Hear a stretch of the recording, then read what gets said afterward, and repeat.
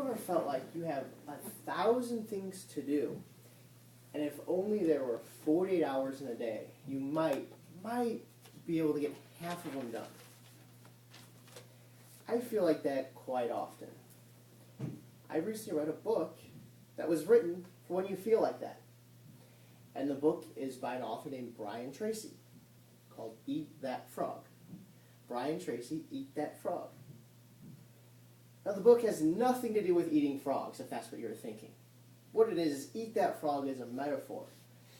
And what it talks about is, if the worst thing you had to do in a day was eat a frog, to do it first and get it out of the way. So eat your frog first.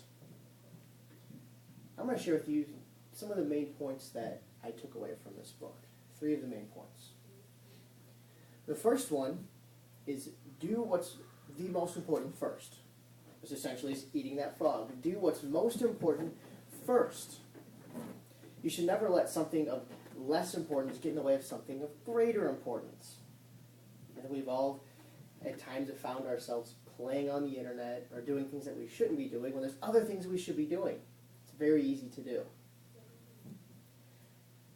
Now you might be wondering, well, if I don't know what is the most important thing for me to do, how do I find it? How do I find out what's the most important thing for me to do first?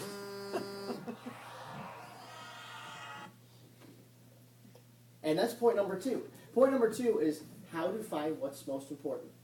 And there's a few ways you can do that. One is you can ask some of your friends or coworkers, what's the most important thing I'm doing at that task? Now, if you're working, what is your goal when you're working? Is it to make money? Is it to sell something? Is it to keep customers happy? Is it to service something? So what is the goal for what you're doing? And then what's the most important thing?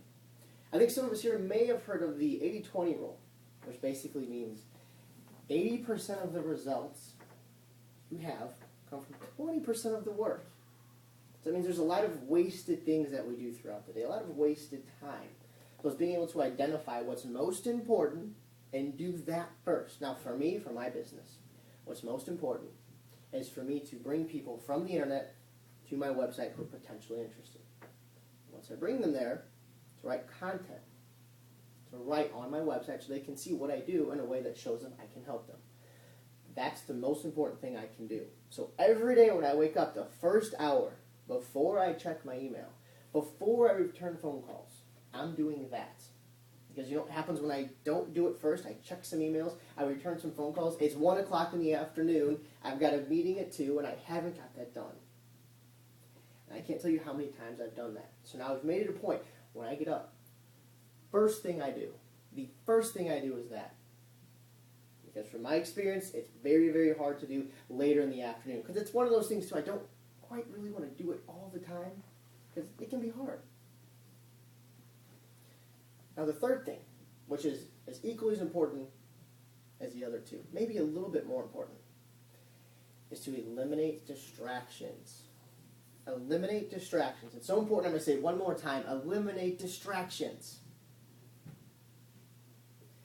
That means if you're working and you have an email that comes in, if you're one of those little boxes that pops up and it makes a sound, that's a distraction. If you have your phone that goes off, if it vibrates and you can hear it, if the ringer goes off, that's a distraction. It's important to eliminate distractions. Because every time you get distracted, you're off doing something else, then you have to come back to your most important task. And a lot of times the most important thing you're working on is what you're being distracted from. I recently took a trip to see my cousin in Jacksonville. I flew down from St. Louis to Jacksonville. It's about a 2.5-hour flight. Now we had one stop in Atlanta. Because that one stop, it took about 4.5 hours to actually get to Jacksonville. Because of one stop. One, you could say distraction. Now, just think if we'd have stopped at every single airport along the way, how long would that take to get from St. Louis all the way down to Jacksonville? That would take a long time. It might actually be faster to drive. Just think about that with yourself. Every time you get distracted, it's like that plane that's going straight where there's a distraction. Because every time you get distracted from a task you have to do, Something that you could spend 45 minutes on could take 3, 4, 5 hours with distractions, because when you're working, something comes up, you're over here, now you have to come back, figure out where I was at, backtrack, then spend a couple minutes getting back into the zone. And then it happens again, and then it happens again. And all of a sudden, you've spent 30, 40, 50 minutes backtracking and getting back in the zone when you could have just gotten everything done had you been not distracted. Now, you may be wondering, well, I've got a job where I kind of have to have distractions, or I can't really control, I can't shut everything off. There's a few exceptions. If you're a nurse, if you're a teacher, there's some jobs where you have to have distractions. It's part of the job. But other jobs, it may seem like it, but there's really, if you wanted to, you could find a way that you could squeeze an hour of uninterrupted focus time. If you were to go to your boss and say, hey, I've read this book, it's called Eat That Frog, don't ask me what it's about.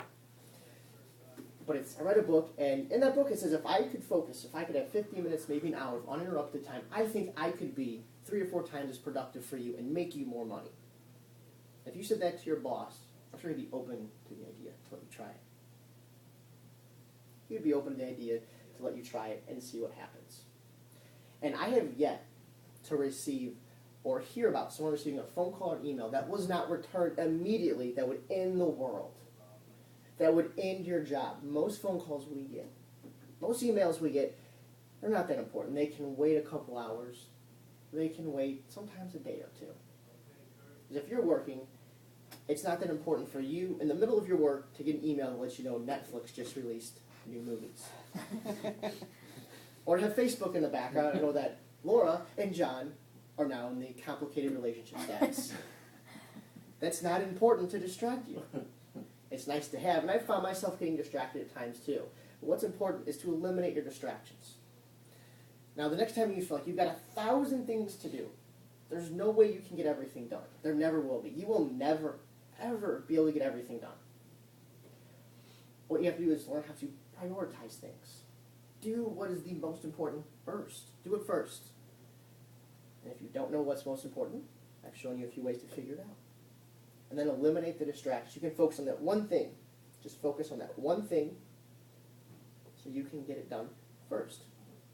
So now, after you've heard my talk, you may want to read the book, or you may just want to go off what I've said, but hopefully all of you here now can eat that frog.